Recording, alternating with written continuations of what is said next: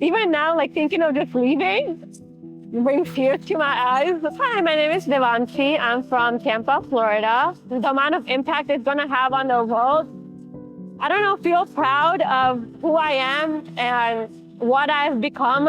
I've been doing SEVA for about 5-6 months now. One thing that I learned is definitely unity as well as patient. I worked as an ER nurse, so for me, fast-paced has always been my experience and something that I live by. I'm always like on the go and I want things done very fast. But ever since I came here, any time that we hit a rock in the road during SEVA, it was like you had to have the most dheeraj that you can think of. My team members, they're just like very shanti thike. Like, it's okay, apne shanti se kaam kariye. For me to like see this, even in 10 years, and be happy that it's here,